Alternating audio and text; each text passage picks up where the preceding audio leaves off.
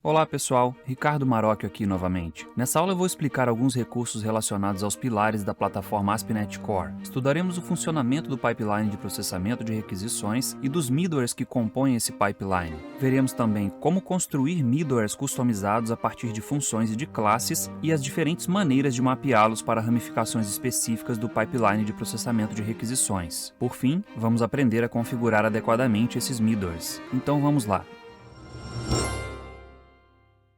Se você ainda não é inscrito no canal, junte-se a nós. Todas as semanas tem vídeos novos por aqui, sempre planejados e compilados para valorizar o seu tempo. Não se esqueça também de deixar um like se gostar do conteúdo. Não vai custar nada para você, mas vai valer muito para mim. Se não gostar do conteúdo, deixe seu dislike e um comentário para me ajudar a melhorar. O importante é que eu tenha um feedback para saber se estou no caminho certo. Agora vamos estudar. Como mencionei na introdução, nessa aula nós estudaremos alguns tópicos relacionados aos pilares da plataforma ASP.NET Core, com o intuito de construirmos um conhecimento sólido sobre o que acontece durante o processamento de uma requisição. Isso vai ajudar a compreender melhor várias coisas que estudaremos mais adiante. Nós vamos começar pelo pipeline de processamento de requisições. Esse pipeline é baseado em um padrão de projeto que tem o mesmo nome, pipeline. A ideia é encadear um grupo de funções de forma que a saída de cada função é usada como entrada para a função seguinte. O conceito é muito similar ao de uma linha de montagem, em que a cada etapa um objeto é manipulado e preparado para a etapa seguinte. Para entendermos melhor o funcionamento de um pipeline, antes de entrarmos no pipeline do ASP.NET Core em si, vamos criar uma aplicação console com o nosso próprio pipeline. Eu estou aqui com o Visual Studio Code aberto em uma pasta vazia. Agora eu vou abrir o terminal e vou digitar alguns comandos. Vou dar Ctrl aspas simples para abrir o terminal e vou digitar aqui .NET New Global JSON. Vou passar aqui a versão do SDK 5.0.301. Pronto, o arquivo foi criado com sucesso e agora eu vou criar uma nova aplicação console, .NET New Console. Aí está, agora a aplicação console está criada e eu posso fechar o terminal. Em síntese, nós vamos criar um pipeline que recebe um objeto de um tipo qualquer como entrada, manipula esse objeto através de uma série de etapas e retorna uma saída com o objeto processado. Como o pipeline é uma coleção de etapas, vamos começar definindo uma interface que vai servir de base para criar as etapas concretas de processamento do pipeline. Eu vou criar um arquivo chamado ietapa.cs. E dentro desse arquivo eu vou adicionar o seguinte código. Essa interface usa generics para indicar que tipo de objeto a etapa é capaz de processar. Ela define apenas um método chamado executar, que recebe um objeto do tipo genérico T e retorna esse mesmo objeto do tipo T modificado. A cada etapa, o objeto do tipo T sofre uma transformação. Agora vamos criar o pipeline em si, que na verdade é uma lista de etapas. Eu vou criar um arquivo chamado pipeline.cs. Pronto, agora dentro dele nós vamos escrever um código. Essa classe também usa generics para indicar o tipo de objeto que vai ser processado por esse pipeline. Esse atributo é o coração do pipeline. Ele contém uma lista com as etapas pelas quais o objeto do tipo T que entrar no pipeline vai passar. Esse método simplesmente adiciona uma nova etapa ao pipeline e retorna o próprio pipeline com a nova etapa adicionada. O método processar recebe um objeto T como entrada, processa esse objeto ao longo das etapas e retorna o objeto processado. Para cada etapa presente na lista de etapas do pipeline, a etapa vai processar o objeto de entrada e vai retorná-lo para que ele seja usado como entrada da próxima etapa. Vou só fazer uma correção aqui. Aqui em etapa, em vez de executar, vai ser processar. Pronto, agora vamos finalizar essa implementação aqui. Concluindo o método, finalizadas as etapas do pipeline, o objeto é retornado. Agora que a classe correspondente ao pipeline em si está criada, vamos implementar a primeira etapa concreta. Nosso pipeline vai simular uma linha de montagem de um veículo, que possui várias etapas, incluindo a colocação do chassi, do motor, dos bancos, da carroceria, das portas e a pintura em si. Para simular o veículo, eu vou usar um objeto do tipo String Builder. A cada etapa, um texto vai ser adicionado a esse objeto, indicando o tipo de modificação que o objeto sofreu. Portanto, para a primeira etapa, eu vou criar um arquivo chamado etapa chassi. Vamos criar aqui etapa chassi.cs. E dentro dele eu vou adicionar o seguinte código. Veja que a classe implementa a interface iEtapa e que se trata de uma etapa para processar objetos do tipo String Builder. Agora vamos implementar essa interface aqui na classe. Essa etapa da nossa linha de montagem simula a adição do chassi ao veículo, incluindo o texto chassi entre colchetes ao objeto String Builder. As demais etapas farão praticamente a mesma coisa, mas adicionando o seu respectivo componente. Por fim, o objeto modificado é retornado. Agora que temos uma etapa criada, vamos ao método main para instanciarmos um pipeline. Vou abrir aqui program.cs e aqui no método main nós vamos instanciar um novo pipeline. Eu vou começar trocando esse texto inicial aqui. Agora eu vou adicionar o código para criar o pipeline em si com a etapa que acabamos de implementar. Com isso, nós já temos um pipeline com uma etapa. Vamos testar esse pipeline. Eu vou programar um código para produzir 10 veículos nesse pipeline. Veja que a variável veículo recebe o resultado do processamento de um novo objeto String Builder pelo pipeline. Em seguida, eu mostro esse suposto veículo, que na verdade vai ser uma linha de texto mostrando os nomes dos componentes que o veículo recebeu. Vamos executar a aplicação para vermos o resultado até o momento. Vou dar Ctrl F5 e aí está. Temos 10 veículos produzidos pelo nosso pipeline, mas por enquanto esses veículos só possuem chassi. Vamos fechar o terminal para continuarmos. Agora nós vamos criar mais algumas etapas para esse pipeline. Eu vou criar um arquivo chamado etapamotor.cs. Pronto, agora vamos adicionar o código dele. Eu vou começar copiando o código de etapa chassi. Ctrl A, Ctrl C e Ctrl V aqui. E agora vou modificar aqui rapidamente. Pronto, já temos mais uma etapa. Bem, como a criação de uma nova etapa é algo meio repetitivo, eu vou criar mais 3 etapas aqui rapidamente e em seguida eu mostro o código. Essas 3 etapas que criei rapidamente diferem das duas primeiras nos nomes e no fato de que os componentes são inseridos no início e no fim do objeto String Builder. No caso de etapas bancos, por exemplo, vamos abrir aqui, eu adicionei 2 bancos de um lado do objeto e 2 bancos do outro lado, no início e no fim, ou na esquerda e direita. Eu fiz a mesma coisa em etapa portas, como a gente pode ver aqui, no início e no fim, e aqui em etapa carroceria, com a diferença de que a carroceria eu inseri apenas uma instância de cada lado, enquanto portas e bancos eu inseri 2 instâncias de cada lado. Agora nós vamos fazer a última etapa, que vai ser um pouco diferente, é a etapa da pintura. Eu quero que cada veículo receba uma cor aleatória tirada de um conjunto pré-definido de cores. Vamos fazer isso. Vou criar o arquivo etapapintura.cs. Agora eu vou copiar o conteúdo de etapa carroceria e vou colar aqui em etapa pintura. Vou modificar aqui o nome da classe, etapa pintura, e agora vou adicionar um código aqui no início do método. Esse código começa declarando um vetor de nomes de cores. Em seguida eu crio um objeto para geração de números aleatórios e uso esse objeto para selecionar uma cor do vetor de cores. Agora que eu tenho uma cor selecionada, eu vou inserir o nome dessa cor onde entraria o nome do componente.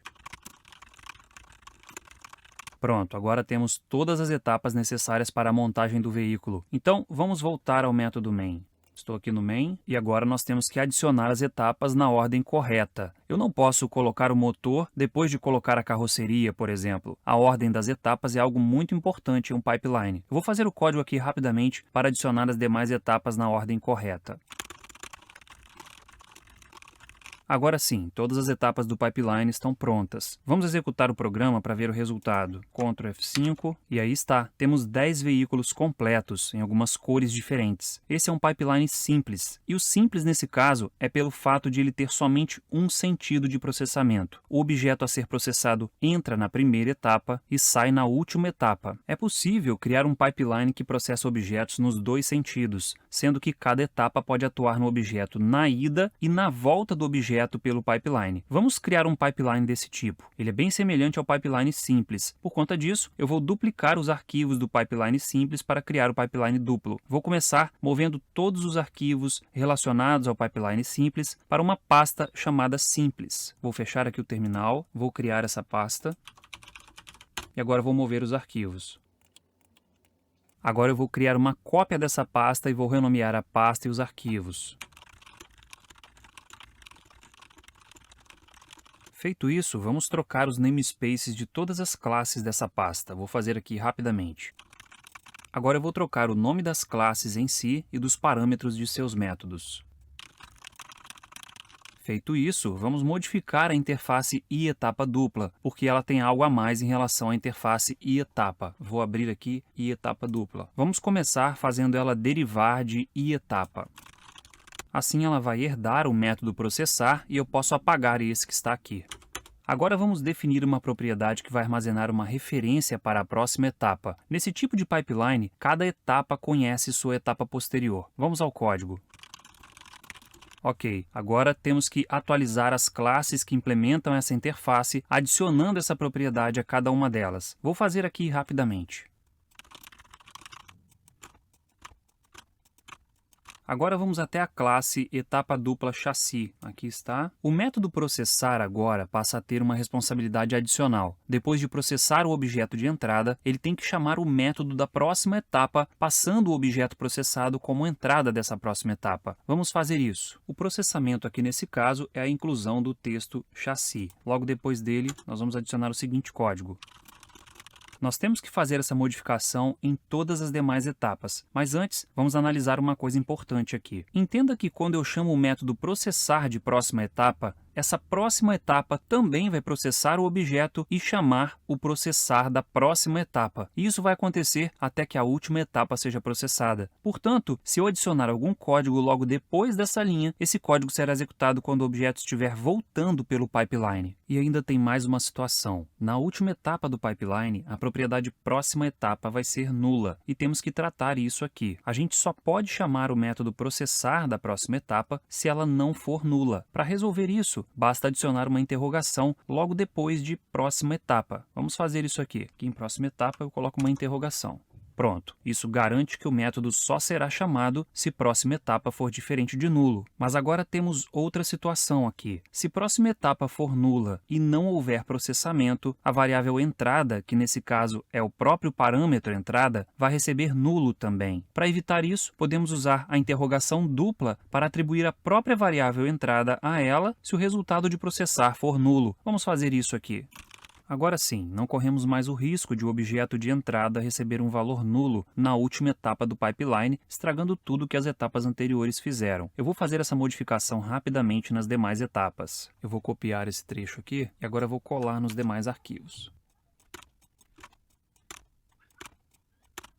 Agora temos que fazer uma modificação na classe do pipeline duplo. Vamos abrir o pipeline duplo. Eu vou clicar aqui no arquivo dele. E agora eu posso fazer o seguinte. Clico com o botão direito aqui e fecho todos os outros. E fico só com essa classe aberta. Aqui no método processar, eu tenho que fazer os links entre as etapas, fazendo com que a propriedade próxima etapa de cada etapa aponte para a etapa seguinte da lista de etapas desse pipeline. Vamos apagar o código desse método. Agora eu vou fazer um código que vai percorrer as etapas da lista de etapas, associando uma etapa com sua etapa posterior. Veja que o limite superior do for é etapas.count-1. Isso é necessário porque a última etapa não terá uma etapa posterior para referenciar, tendo em vista que ela é a última. Por exemplo, se o pipeline tiver 10 etapas, o for vai de 0 a 8, porque 10 menos 1 é igual a 9 e i menor que 9 vai até o 8. Nesse exemplo, na última iteração, em que i vale 8, a propriedade próxima etapa da etapa 8 vai receber a etapa 9. Agora vamos voltar ao método main para colocar esse pipeline para funcionar. Opa, mas antes disso, temos que definir o retorno desse método. Uma vez que o pipeline está devidamente configurado, o processamento do pipeline ocorre iniciando o processamento da primeira etapa, que por sua vez vai chamar o processamento da segunda etapa, que vai chamar o da terceira etapa e assim por diante até chegar na última etapa. Portanto, basta que o método retorne o resultado do processamento da primeira etapa. Vamos fazer isso. Aqui depois do for, eu vou colocar return. Pronto. Agora sim, nós podemos colocar esse pipeline duplo para funcionar. Vamos voltar ao método main. Aqui em Program, main. Eu vou duplicar esse trecho do pipeline simples e vou alterar rapidamente esse código, substituindo algumas classes pelas equivalentes do pipeline duplo. Então, eu vou selecionar aqui, Ctrl C, Ctrl V, e vou fazer as alterações aqui rapidamente. Tem um erro aqui em etapa dupla chassi. Vamos entrar aqui para ver. Aqui está duplicado o dupla, né? Vamos tirar. Agora vamos voltar lá. Vou trocar aqui o título. E aí está. Temos o código que cria um pipeline duplo com todas as etapas de pipeline duplo. Só vou antes corrigir 2 erros aqui que eu detectei. Aqui eu vou renomear. É montagem. Faltou um M aqui. E aqui em cima também. E aqui em etapa dupla chassi, está chamando 2 vezes o processar.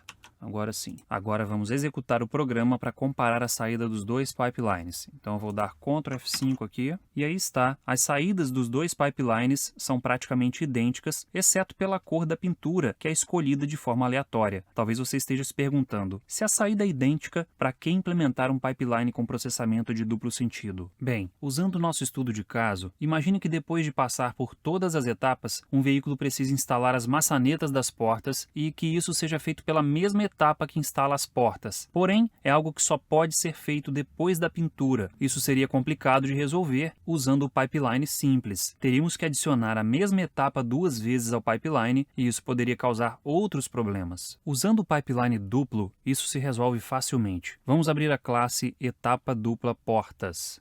Aqui está a classe, vou fechar aqui o terminal e agora nós vamos adicionar um código depois do método processar, que equivale a processar o objeto quando ele está voltando do pipeline. Portanto, eu vou dar um Enter aqui e vamos colocar o código.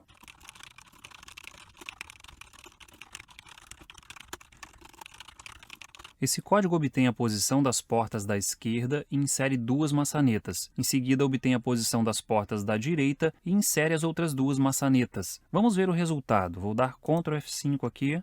E aí está, o resultado do segundo pipeline mostra as maçanetas no entorno das portas. Essas implementações mostram a ideia do padrão de projeto pipeline, mas existem outras formas mais elegantes de se implementar esse padrão, usando delegates, reflection e outros recursos. Mas para os objetivos desse curso, o importante é entender a ideia desse padrão, e não as formas de implementá-lo. Dito isso, agora que vimos como funciona o padrão de projeto pipeline, vamos criar uma aplicação web ASP.NET Core vazia para estudarmos o pipeline de processamento de requisições HTTP. Eu vou abrir uma nova instância do Visual Studio Code em uma pasta vazia. Pronto, agora podemos criar nosso novo projeto web ASP.NET Core. Agora vamos abrir o terminal para digitar os seguintes comandos. Vou dar Ctrl aspas aqui no terminal. Vou criar novamente o arquivo para indicar a versão do .NET Framework que nós vamos usar. Pronto, arquivo global.json criado. Agora vamos criar um novo projeto web vazio. Aí está, nosso projeto agora está criado. Eu posso agora fechar o terminal e vamos prosseguir. Agora nós vamos abrir o arquivo startup.cs. Eu vou remover esses comentários aqui. Esse de baixo também, e a gente vai descer aqui até o método configure. É nesse método que o pipeline de processamento de requisições HTTP é criado. A princípio, mesmo em um projeto criado a partir do template web vazio, o pipeline vem com alguns middlewares básicos para exibição de exceções e roteamento de URLs. Vamos deixar esse módulo configure, ou esse método configure, vazio. Vou remover esse código aqui. Pronto. Agora nós vamos executar a aplicação para ver o que ela vai mostrar. Vou dar Ctrl F5 aqui. Aí está. Veja que temos uma página vazia. Agora vamos voltar ao Visual Studio Code. Eu vou deixar a aplicação rodando e vou abrir o Thunder Client. Vou clicar aqui em localhost 5000, que é uma requisição que eu já havia feito. E agora vou clicar aqui em Send. Veja só. A aplicação retornou aqui um erro 404 not found, de arquivo não encontrado. Isso acontece porque não existe nenhum middleware no pipeline de processamento de requisições. Vamos parar a aplicação. Agora eu vou fechar aqui o terminal e essa janela também. E agora eu vou retrair aqui o Thunder Client. Pronto. Voltando aqui ao método configure, eu vou adicionar um middleware via função lambda para que nossa aplicação responda às requisições. Essa forma de criação de middleware é conhecida como inline. Existe outra forma de criação que veremos daqui a pouco. Vamos ao código. Vamos dar uma analisada nesse código. Temos uma chamada ao método app.run. Esse método adiciona ao pipeline um middleware inline, usando uma função anônima. Isso corrobora com o fato de que um pipeline é um encadeamento de funções, em que cada função processa o resultado da função anterior e passa o novo resultado para a função seguinte. Nesse caso, estou usando uma função anônima criada através de expressão lambda. Veja que ela tem um parâmetro que chamei de context. Esse parâmetro é do tipo HTTP context e corresponde ao contexto da requisição HTTP que vai passar pelo pipeline. Fazendo uma analogia com a linha de montagem que nós criamos usando a aplicação console, esse objeto HTTP context é como se fosse o objeto string builder que passou pelo pipeline que criamos. Ele possui alguns membros importantes para o processamento da requisição. Vamos dar uma analisada nos membros desse objeto HTTP context. Eu vou dar um enter aqui e vou digitar context. Ponto. Veja que o Visual Studio Code mostra para mim os membros desse objeto context. Nós já podemos ver aqui a propriedade connection. Essa propriedade contém dados de conexão da requisição, como a porta em que ocorreu a conexão, o IP do computador que fez a requisição e o IP do servidor. Tem também a propriedade session. Se eu digitar aqui S, a gente localiza aqui session. Essa propriedade gerencia dados de sessão da requisição. Temos também a propriedade user, que pode armazenar dados do usuário autenticado, entre outras propriedades aqui que também são úteis. Mas as propriedades mais comuns de serem usadas durante o processamento de uma requisição são request e response. Vamos dar uma analisada mais cuidadosa nessas duas propriedades. Vou selecionar aqui request e vou dar ponto. Agora vamos ver alguns membros importantes da propriedade request. Temos muitas propriedades aqui. Vamos ver somente as que usamos com mais frequência. Temos a propriedade carry, que contém a coleção de parâmetros que foi passada pela URL, se tiver sido passado algum parâmetro. Temos também a propriedade method, que indica se essa requisição usa o método get, post ou um outro tipo qualquer de método. Temos a propriedade form, que é uma coleção de pares chave-valor, que armazena os dados do corpo da requisição quando estes dados são frutos de um formulário que foi postado. Temos também a propriedade cookies, que permite ler a coleção de valores armazenados em cookies presentes no navegador do usuário. Temos a propriedade path, que indica o caminho do recurso buscado, bem como a propriedade host, que indica o nome do domínio em que está o recurso buscado. Por fim, temos a propriedade is-https, que indica se a conexão é segura. Esses são os principais membros da propriedade request do objeto de contexto da requisição. Agora vamos ver os membros da propriedade response. Vou apagar aqui.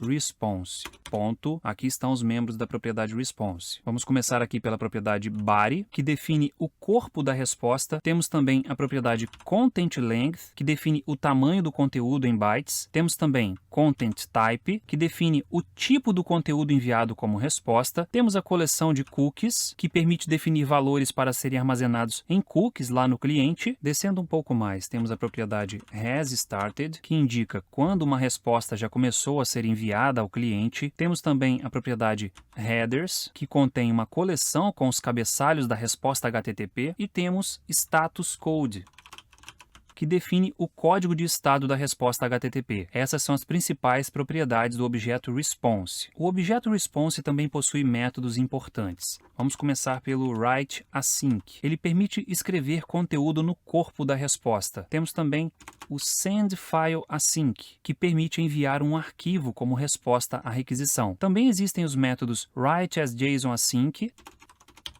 que permite enviar conteúdo em formato JSON, e redirect, que permite redirecionar o usuário para outra URL. Em síntese, esse objeto HTTP context desse middleware criado via função lambda e que eu apelidei de context é o ator principal do processo, porque ele carrega todos os dados relacionados à conexão, à requisição e à resposta que vai ser enviada ao cliente que fez a requisição HTTP. Eu vou apagar essa linha aqui.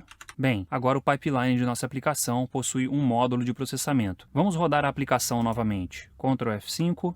Aí está. Veja que agora a requisição é processada e temos uma resposta HTTP com o texto que o middleware escreveu no corpo da resposta do objeto de contexto da requisição. Vamos voltar ao Visual Studio Code. Eu vou parar a aplicação e fechar o terminal. O parâmetro app, que chega ao método configure por injeção de dependência, é o responsável por construir o pipeline da aplicação. Ele possui métodos que permitem adicionar etapas ao pipeline através de middleware inline, como foi o caso até aqui, e classes de middleware, que vamos ver daqui a pouco. O método run permite adicionar adicionar um middleware terminal ao pipeline, ou seja, o último middleware da sequência, ou a última etapa do pipeline. Esse middleware não tem referência para um middleware posterior, justamente pelo fato de ser o último do pipeline. É importante mencionar que o pipeline do ASP.NET Core é de duplo sentido. O objeto HTTP Context vai e volta por todas as etapas do pipeline, ou seja, por todos os middlewares. Vamos adicionar mais alguns middlewares ao nosso pipeline usando funções lambda. Dessa vez, vamos usar o método use, que tem como principal diferença a presença de um parâmetro com uma referência para o próximo middleware da cadeia. Vamos fazer o código e eu explico em seguida. Antes de app run, eu vou colocar o seguinte código.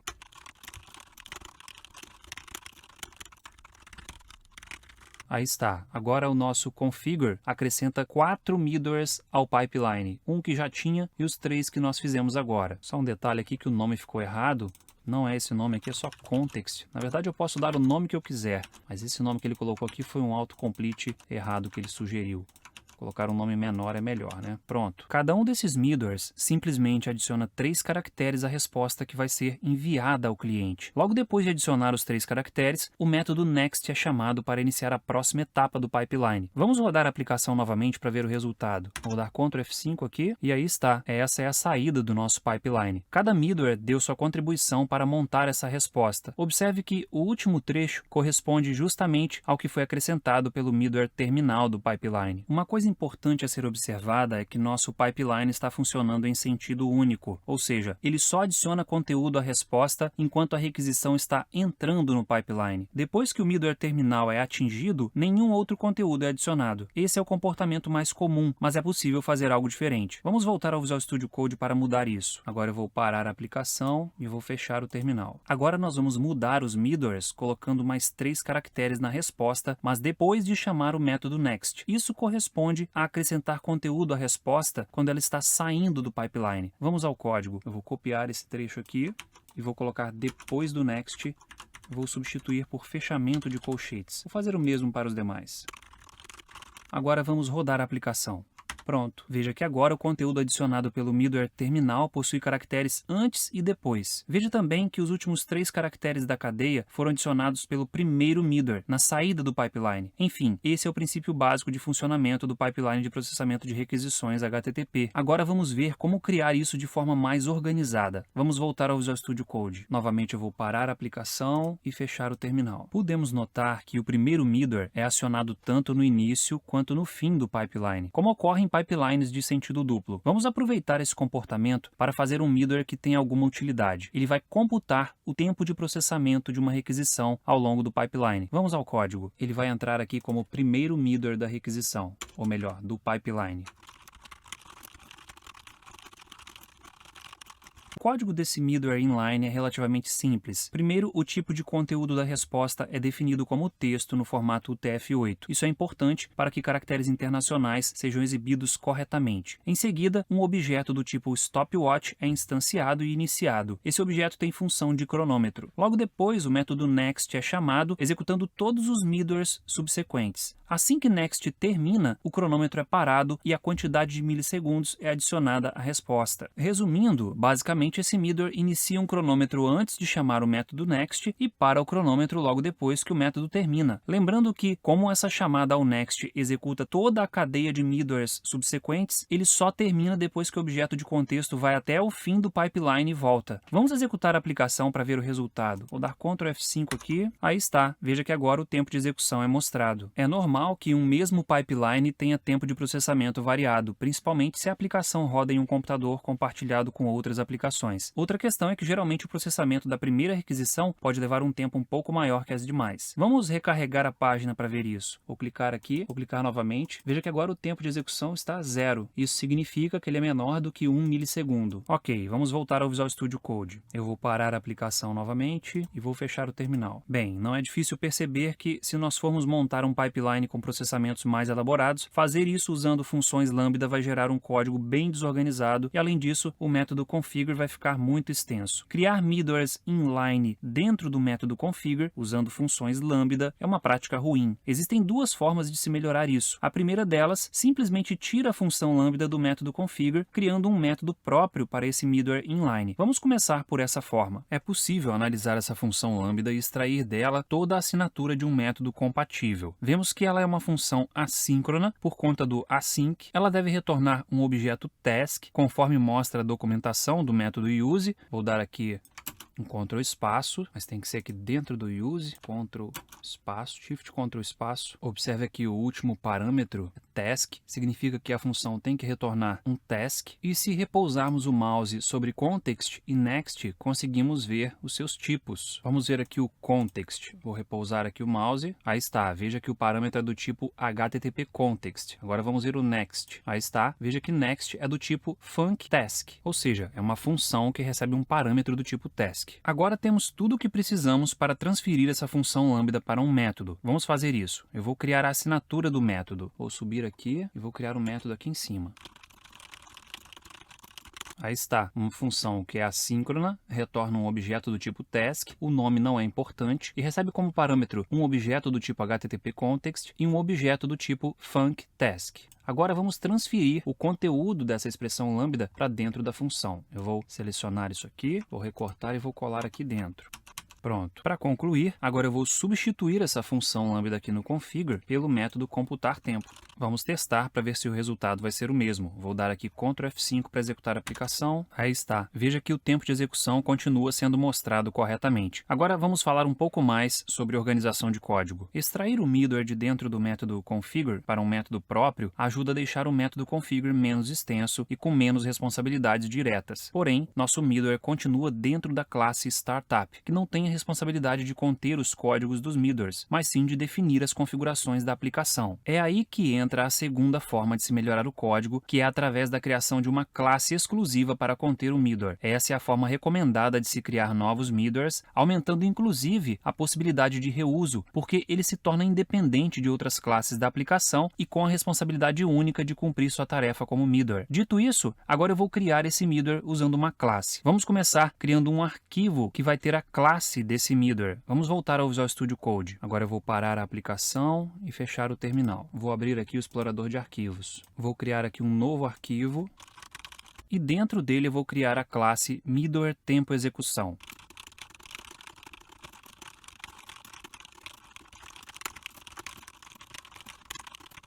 Esse é o esqueleto básico de uma classe middleware. Ela deve ter essa forma para ser compatível com o pipeline do ASP.NET Core. A classe middleware deve ter uma propriedade do tipo requestDelegate, que é inicializada pelo parâmetro que chega no construtor por injeção de dependência. Esse parâmetro vai armazenar uma referência para o próximo middleware, que na verdade é a próxima etapa do pipeline. A classe também deve ter um método chamado invoke, que recebe um HTTP context como parâmetro. Esse método é o responsável por processar o objeto de contexto da requisição. Ele pode fazer isso na ida e na volta do objeto pelo pipeline. Uma recomendação importante é que não se deve modificar uma resposta no trajeto de volta, pois corre o risco de corromper algo que não possa mais ser checado por um middleware, principalmente quando o objeto já atingiu um middleware final. Agora vamos implementar o método invoke para que ele retorne o tempo de processamento do pipeline. Eu vou copiar o conteúdo do método computar tempo e colar aqui. Então eu vou aqui em Startup, vou copiar esse conteúdo, vou voltar aqui ao método e vou colar o conteúdo aqui. Vou adicionar a biblioteca do stopwatch e vou trocar aqui para _next, passando o objeto context. Agora que temos uma classe middleware implementada para computar o tempo de execução do pipeline, vamos adicioná-la como primeiro módulo do pipeline no lugar da criação do middleware inline. Então eu vou novamente aqui em Startup e aqui embaixo, em vez de eu usar esse comando, eu vou usar use middleware e aqui eu passo o nome da classe, que no nosso caso é middleware tempo execução.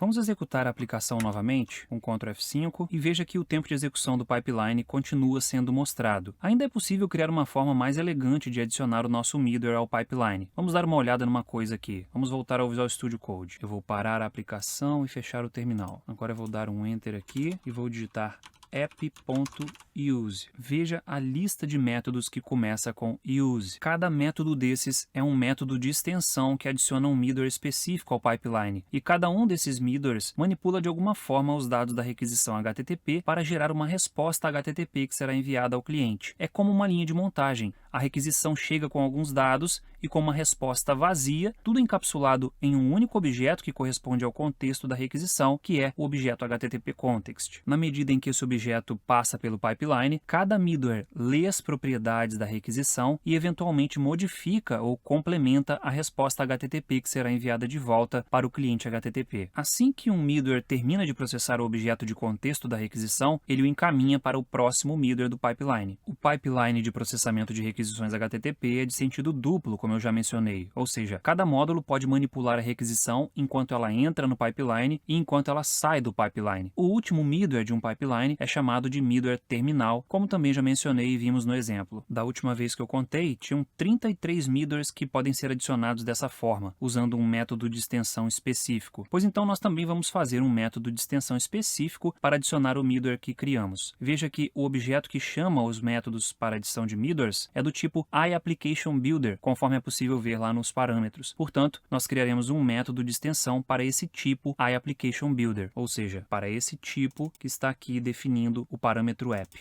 Eu vou apagar esse código aqui que eu criei e agora nós vamos criar um novo arquivo aqui. Vou clicar aqui, vai ser métodos extensão.cs. Esse arquivo vai conter métodos de extensão para chamadas de middleware a partir de um objeto do tipo iApplicationBuilder. Vamos codificar nosso método de extensão.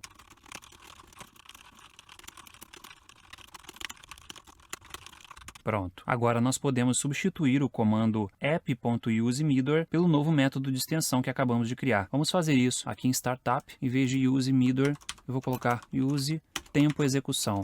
Agora sim, nós temos um middleware sendo criado e chamado usando as práticas mais recomendadas pela comunidade. Existem algumas outras coisas que podemos fazer com o pipeline. Uma delas é a criação de ramificações, ou seja, de caminhos alternativos baseados em alguma condição, por exemplo. Voltando para o exemplo da linha de montagem, poderíamos ter uma sequência de etapas específicas para carros sedã e outra específica para carros hatch. No contexto de uma aplicação web, podemos pensar em diferentes pipelines de acordo com algumas condições próprias da requisição. Por exemplo, podemos ter um trecho do pipeline exclusivo para requisições cujo caminho do recurso solicitado inicie com algum texto, ou cuja URL tenha um determinado parâmetro. Enfim, é possível criar ramificações do pipeline que são acessadas mediante a satisfação de alguma condição. Vamos ver um exemplo. Para facilitar, eu vou fazer usando o middleware inline mesmo. Vamos usar o método map para criar uma ramificação do pipeline principal, ou seja, para mapear um caminho específico para um pipeline alternativo. Vamos criar um pipeline alternativo em nossa aplicação web. Logo depois dessa chamada ao middleware que nós construímos, vamos adicionar o seguinte código. O código começa usando o método app.map para criar um mapeamento de um caminho para um fluxo alternativo ao pipeline principal. Em síntese, esse mapeamento contém seu próprio pipeline, que contém apenas um middleware terminal, mas que poderia conter vários middlewares. E vale ressaltar que o que é configurado depois do bloco do mapeamento não será executado se o caminho da URL começar com a palavra caminho B. Vamos executar para testar. Vou dar Ctrl F5. Veja que inicialmente recebemos a resposta processada pelo pipeline principal. Agora vamos adicionar caminho B à URL. Então vou colocar aqui /caminho B e vou dar Enter. Aí está. Agora a requisição foi processada pelo pipeline alternativo. Existe outro método, o map_when, que permite mapear um pipeline alternativo baseando-se em outras condições e não somente no caminho da URL. Vamos voltar ao Visual Studio Code. Vou parar a aplicação e vou fechar o terminal. Agora nós vamos criar uma ramificação diferente. Nós vamos criar um pipeline exclusivo para processar requisições que contenham um parâmetro chamado caminho C. Vamos ao código. Logo abaixo desse mapeamento aqui, nós vamos fazer o nosso próximo código.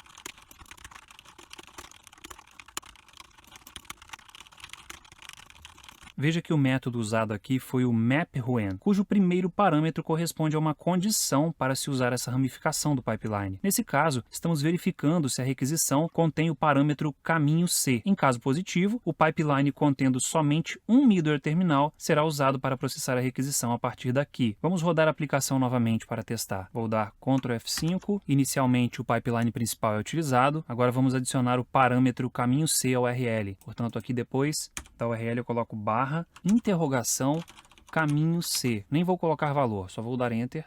E aí está. Agora a mais nova ramificação do pipeline é usada. E se eu tentar colocar condições que satisfaçam as duas ramificações? Vamos fazer isso. Vou colocar aqui caminho B, interrogação caminho C. Qual ramificação você acha que vai ser executada? Bem, vamos dar Enter aqui para descobrir. Aí está, somente o pipeline do caminho B foi executado. Você se lembra que a ordem em que as etapas são adicionadas ao pipeline influenciam no resultado? A mesma coisa acontece com os mapeamentos. O primeiro mapeamento que atender às condições impostas vai ser executado. Aí surge uma outra situação. E se eu precisar de executar um trecho do pipeline sem abandonar o pipeline principal? Existe uma forma de se fazer isso. Vamos voltar ao Visual Studio Code. Eu vou parar a aplicação e fechar o terminal. Agora nós vamos criar uma ramificação que permite retornar para o fluxo do pipeline principal quando ela é finalizada. Primeiramente, eu vou simplesmente substituir map_when por use_when. Portanto, aqui nesse método, eu vou colocar use_when. Agora, em vez de criar um middleware terminal dentro dessa ramificação, vou criar um middleware normal. O método use_when permite isso. Então, eu vou substituir app.run por app.use. Observe que apareceu um problema aqui. Como o método use é para adição de um middleware não terminal, ele requer o parâmetro next. Então vamos adicionar aqui o next.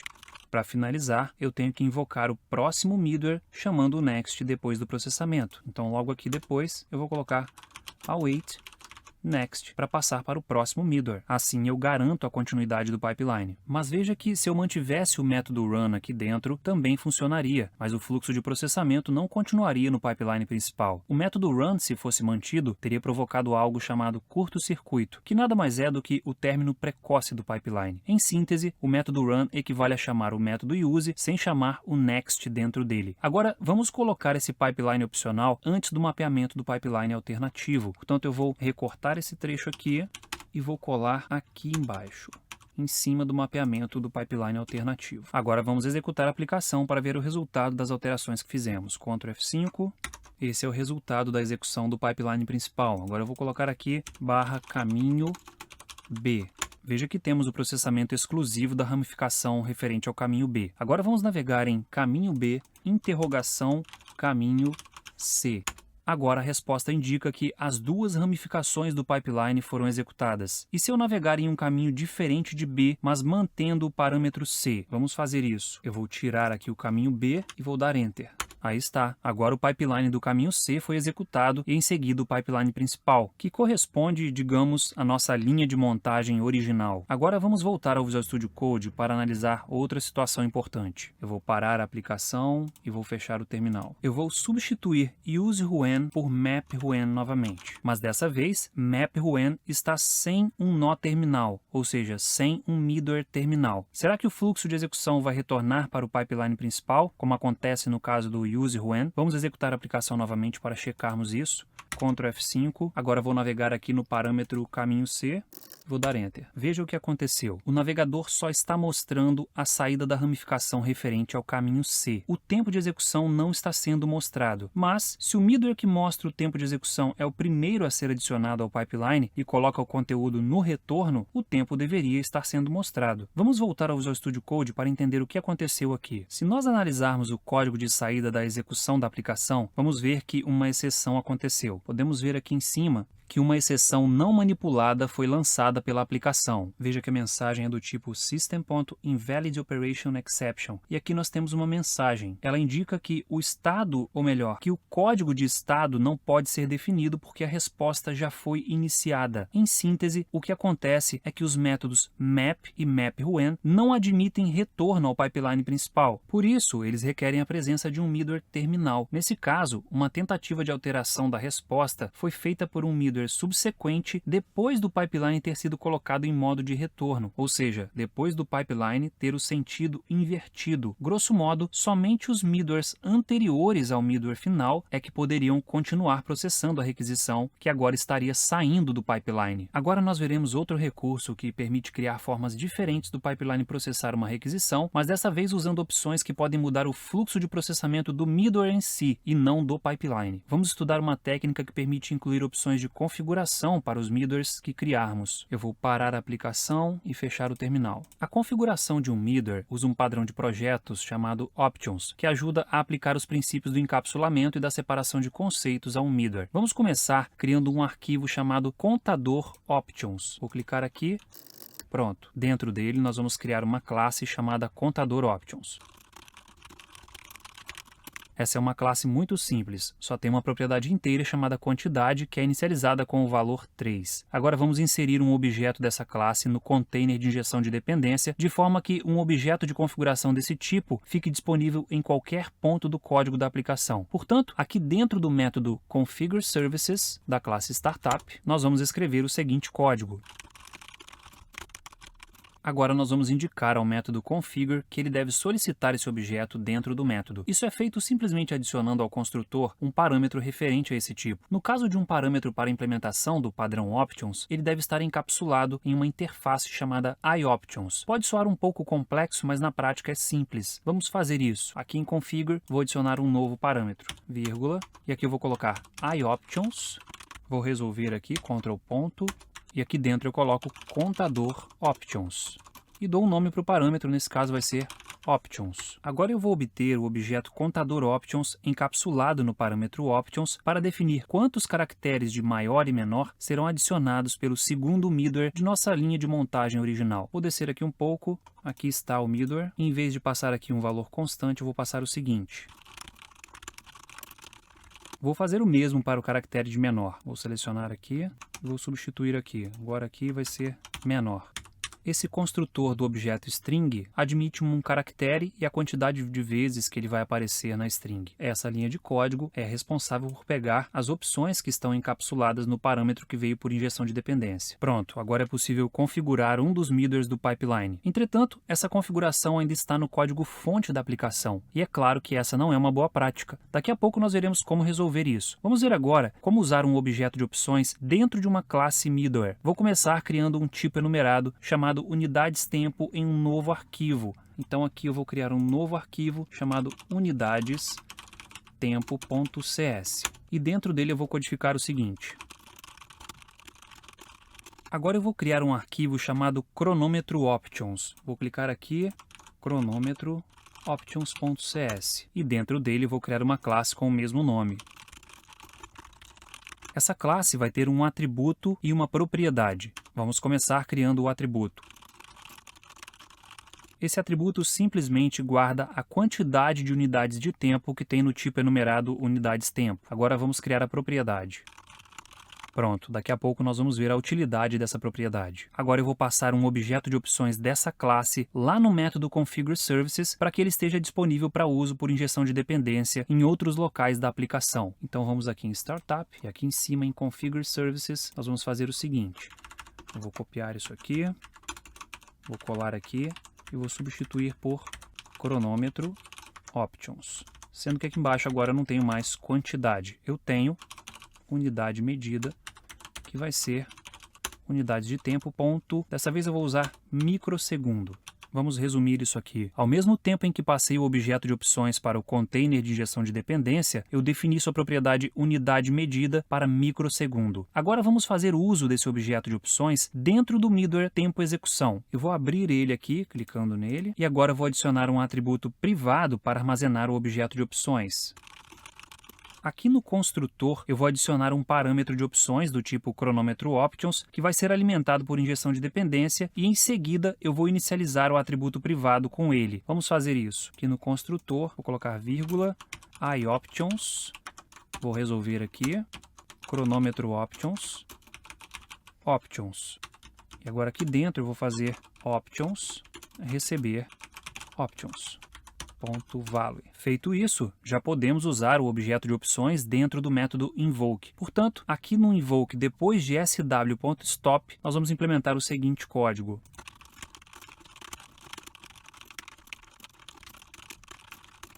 Esse primeiro case vai ser usado para computar o tempo em nanosegundos. A propriedade frequency de stopwatch retorna a quantidade de ticks por segundo do computador que está rodando a aplicação. Tendo esse valor, eu computo quantos nanosegundos equivalem a um tick, multiplico o tempo computado em ticks por essa variável e tenho a quantidade de nanosegundos transcorridos. Eu vou fazer o mesmo para computar em microsegundos e em milissegundos. Portanto, eu vou copiar esse case, vou colar aqui embaixo duas vezes. Vamos trocar aqui. Primeiro é microsegundo e aqui embaixo milissegundo. Aqui o 1000 vai entrar duas vezes porque é microsegundo e aqui somente uma vez. Aqui vai ser micros por tick, aqui milis por tick. E agora na multiplicação também eu tenho que trocar para micros por tick e milis por tick. Por fim, nós temos que mostrar esses tempos. Eu vou colocar aqui embaixo o tempo de execução em milissegundos normal, computado pelo stopwatch. Pronto. E aqui embaixo o tempo que nós computamos. Eu vou copiar esse trecho aqui, vou colar aqui. Agora eu vou fazer umas modificações aqui. Vou fechar aqui o explorador para ganhar mais espaço. Agora vamos rodar a aplicação para vermos o resultado. Vou dar Ctrl F5. Aí está. Veja que agora temos o tempo de execução em milissegundos e em microsegundos. Se eu recarregar a página agora, dá para notar que o tempo de execução em milissegundos não tem resolução suficiente para computar o tempo de processamento do pipeline, mas o tempo em microsegundos tem. Seria possível ainda alterar para nanosegundos. Para algumas situações isso até pode fazer algum sentido, mas para o nosso caso, microsegundos já me parece suficiente. Apesar desse recurso de opções de configuração flexibilizar ainda mais as possibilidades de uso de middlewares, não é interessante guardar os valores de configuração no código-fonte da aplicação. Se fizermos dessa forma, todas as vezes que quisermos trocar uma configuração, teremos que recompilar a aplicação. Vamos ver como resolver isso. Vamos voltar ao Visual Studio Code. Eu vou parar a aplicação e fechar o terminal. Vamos abrir a classe Startup. Pronto. Uma forma comum de se configurar aplicações sem interferir em seu código-fonte é criando arquivos de configuração que são lidos quando a aplicação é iniciada. As aplicações ASP.NET Core já possuem um arquivo que armazena configurações em formato JSON, que é o arquivo app-settings. Para justificar ainda mais o uso desse arquivo para armazenamento de configurações, vale mencionar que a plataforma ASP.NET Core já provê um objeto que facilita a leitura de valores desse arquivo. Esse objeto pode ser obtido por injeção de dependência. Vamos fazer isso. Eu vou começar criando um atributo para guardar o objeto de configurações. Agora eu vou criar um método construtor para a classe Startup que vai trazer esse objeto de configurações por injeção de dependência. Agora temos uma referência para o objeto que é capaz de ler no arquivo de configuração app-settings. Feito isso, vamos criar uma seção nesse arquivo que vai guardar dados de um objeto do tipo chronometro-options. Vou abrir aqui o arquivo app-settings. E agora eu vou definir uma nova seção de configuração dentro dele. Vou colocar aqui uma vírgula e vou abrir a seção aqui. Vai ter o mesmo nome da classe de configuração. Bem, você deve ter notado algumas semelhanças entre os nomes dos elementos do arquivo de configuração com os nomes da classe e de seus membros. Isso foi feito de forma proposital, porque assim eu consigo usar um mecanismo automático de vinculação dessas configurações e seus valores com as propriedades do objeto de configuração. Vamos voltar ao arquivo Startup.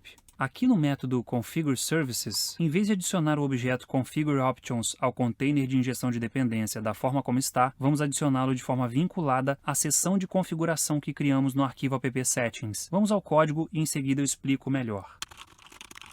Veja que agora estamos adicionando o objeto de opções do cronômetro de forma vinculada a uma seção do arquivo de configurações. Seção essa cujo nome é chronometro-options. Eu usei a função nameOf para pegar o nome da classe em vez de passar direto como string. É importante que os elementos da seção tenham os mesmos nomes das propriedades públicas do tipo vinculado e que os valores sejam compatíveis. Caso contrário, uma exceção será gerada. Nesse caso, a classe chronometro-options só tem uma propriedade pública que é unidade medida. O atributo quantidade de unidades, que também é parte da classe, não precisa ter definição no arquivo de configurações, justamente pelo fato de ser um atributo e não uma propriedade. Ele não tem get e set. Agora vamos executar a aplicação novamente. Ctrl F5, aí está. Veja que a aplicação continua mostrando o tempo de execução em duas unidades diferentes, ou seja, a configuração feita no arquivo app-settings funcionou perfeitamente. Só uma última observação. Se você recarregar a página continuamente, vai ver que o tempo médio de execução do pipeline aumentou bastante, quase chegando a dobrar. Vamos fazer aqui.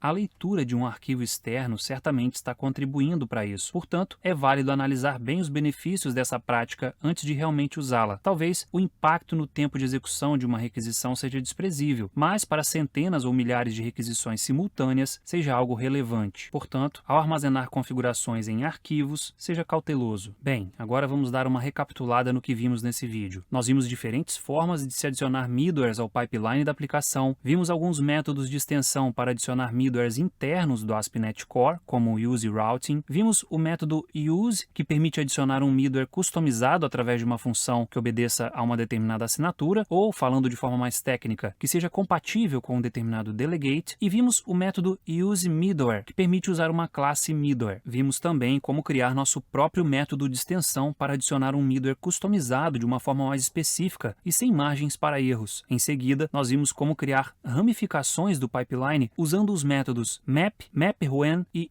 use-when, sendo que map e map-when não permitem retorno ao pipeline principal, enquanto use-when permite. E por fim, estudamos uma técnica que permite adicionar opções aos middlewares customizados, tornando seu uso ainda mais flexível. E com isso a gente conclui o conteúdo dessa aula. Na próxima aula continuaremos estudando outros recursos importantes relacionados aos pilares do ASP.NET Core. Não se esqueça de deixar um like se gostou desse conteúdo e de se inscrever no canal se ainda não for inscrito. Qualquer dúvida, crítica, elogio ou sugestão, deixa aí nos comentários. Eu sempre leio todos eles. Mais uma vez, quero te agradecer pela confiança em meu trabalho. Fique com Deus, tenha um ótimo dia e até o próximo vídeo.